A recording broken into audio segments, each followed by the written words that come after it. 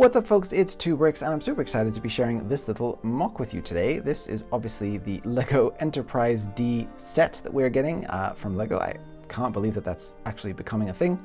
And it's obviously been miniaturized here so it will fit on a shelf and fit any budget. So the parts for this set will set you back around $25 depending on where you source your bricks from, of course.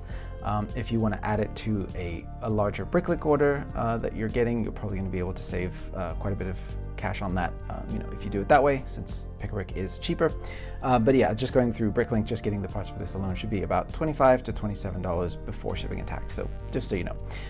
And if you want to build this little micro set for yourself, you can actually head on over to the Brothers Brick blog and check out the free instructions which are being hosted there.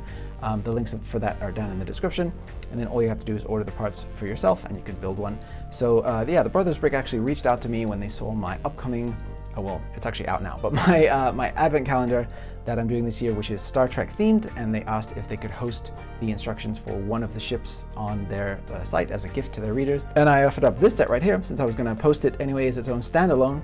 This is the same model of Enterprise D that is featured in my advent calendar, so you can see the kind of quality of builds that you're going to be getting with the advent calendar. Trying to keep it consistent with last year's Star Wars advent calendar, where I tried to make the models a little bit more expert level than what you'd expect to see from a standard LEGO advent calendar, which are obviously just designed to be fun little throwaway gimmicky things.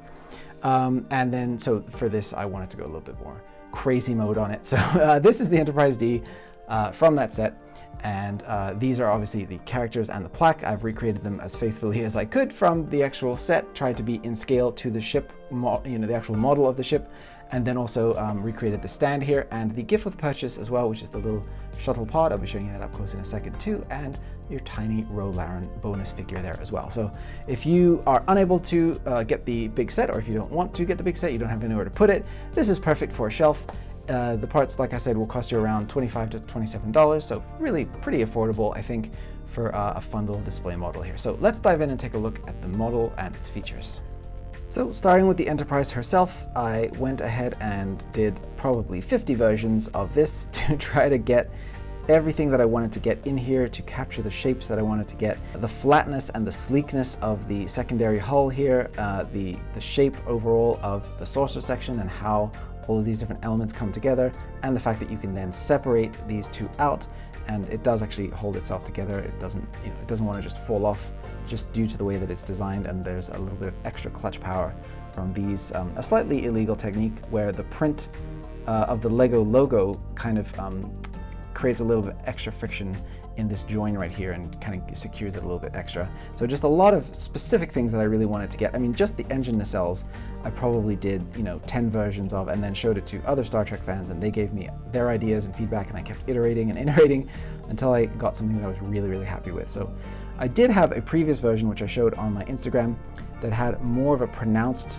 cobra neck kind of situation back here, where it was very swoopy and very, very satisfying, but I couldn't actually build it in real life. Or I could, but it was not functioning correctly and the saucer kept falling off.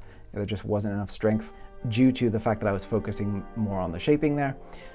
So that was one of those, take it into the real world from the computer, and it didn't quite work out. So I came up with this solution right here, and I'm very happy with it because not only does it capture the shape of the Cobra hood there, but like I said, it gives you the authentic saucer separation that you can do there as well. So we have the ingot here is representing the main shuttle bay in the back behind the bridge. So the bridge is up here, represented by this single stud.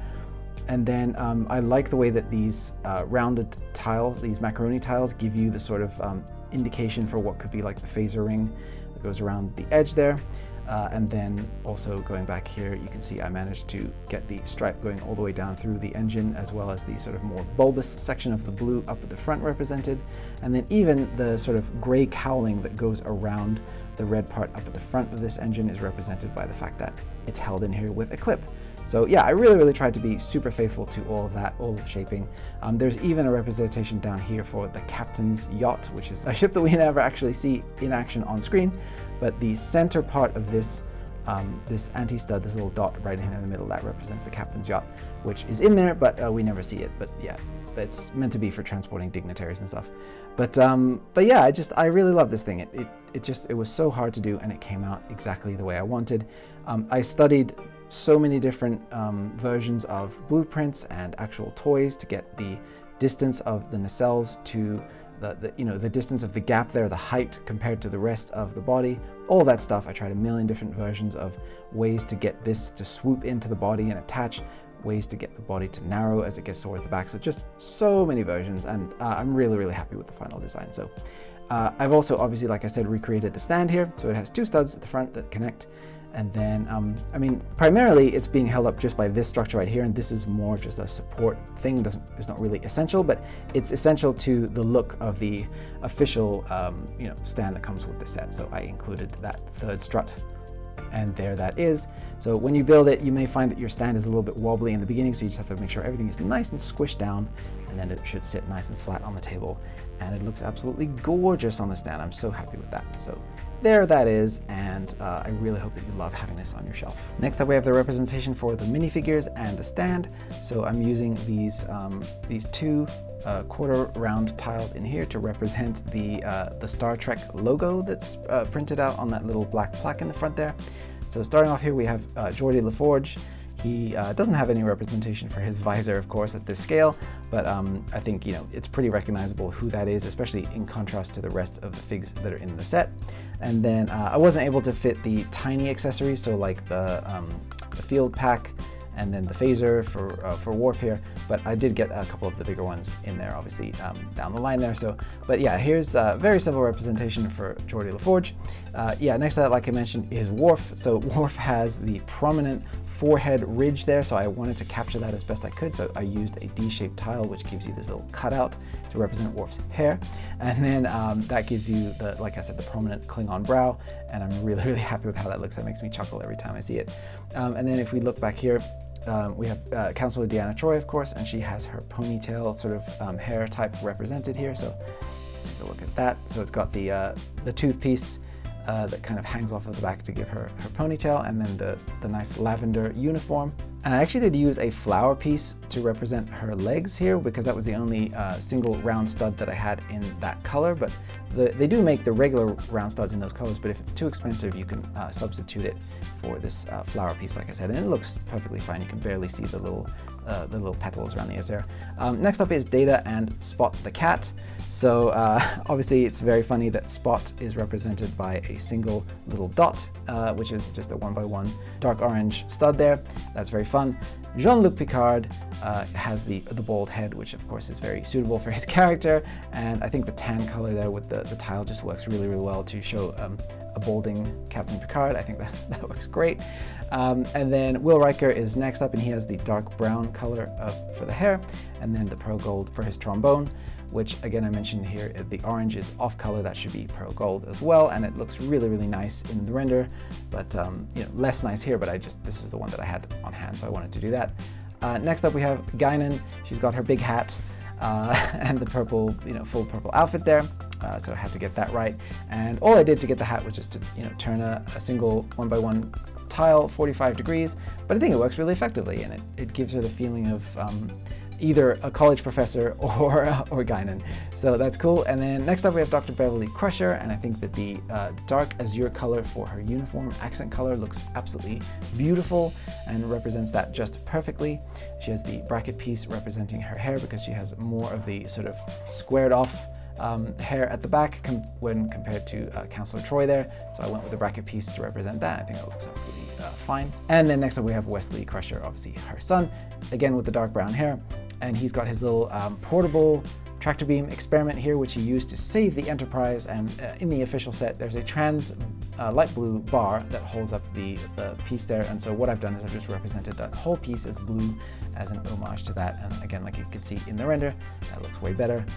Well, way more like the actual set, and this kind of looks a little bit confusing in my version, but that's what I happen to have on hand. And then finally we get the little shuttlecraft here with Rolaren, and so what I've done for the shuttlecraft is to keep it as simple as possible, but to keep the boxy, iconic look of it was actually much more of a challenge than you'd think, and I did again have to go through quite a few iterations to get it to feel just right.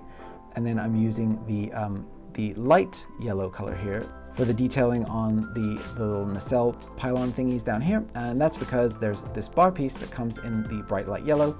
It does not come in regular yellow, which is what I was originally going to use, but it was just a perfect way to plug this in at an angle to the bottom of the ship, and so I went with that and then just matched the accent color back here. And then the ingot just represents a little bit of that side sort of paneling, surfacing type detail, and then the angled windshield right here feels pretty perfect with the hinge piece, providing that angle like so. And then at the back we just have the vents like what we see represented with stickers in the official gift with purchase. But man, what a great little gift with purchase set this is. I mean, the real one. And I wanted to make sure that, even though it's only going to be available for 2 days for regular LEGO consumers, the official one that is, I wanted to make sure that mine comes included with the set, as I feel it probably should be with the Enterprise D as well, but that's a story for another day. So Laren here, same kind of deal here with the dark red color for her uniform, and then just the bracket in the reddish brown for her hair. So nothing too spectacular for that, but she comes with the set, so I wanted to represent her. So there you have it, folks. There's a little mini display model of the Enterprise D LEGO set. And I hope that if you're interested in getting more cool, crazy, detailed Star Trek ships, that you pick up the advent calendar and build along. All the instructions are actually out now. The Rebrickable apparently doesn't allow you to do the timed releases like what I did last year anymore, or maybe they never did, they just didn't see. but yeah, so all those instructions are actually available right now, so you can build days 1 through 25 for yourself right now, and check out the instructions, like I said, on Rebrickable.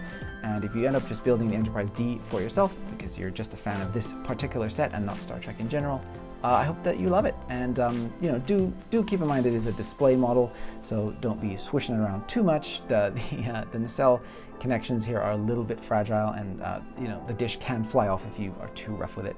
So yeah, just be careful. It is really intended to sit on a shelf, maybe even next to the big set, just to kind of show off a little bit of scale there. And yeah, so that's that. So thank you guys again so much for watching. I'm gonna get to work on the next video. I have one more video coming out this year, and that is for the Advent Calendar. And then I'm going into hibernation to do some crazy amount of work to basically relaunch my channel in 2026 with a bunch of improvements and new stuff. I'm excited to talk more about that in the future. Maybe I'll do a dedicated video about it, or maybe I'll just talk about it at another time. But regardless to say, thank you guys so much. 2025 has been an awesome year so far for the channel, and I've really had a blast. So let's get to that Advent Calendar next video, and then we can wrap things up for the year. Thank you guys again so much for watching. I'm going to see you on the next video, and don't forget to boldly go where no one has gone before.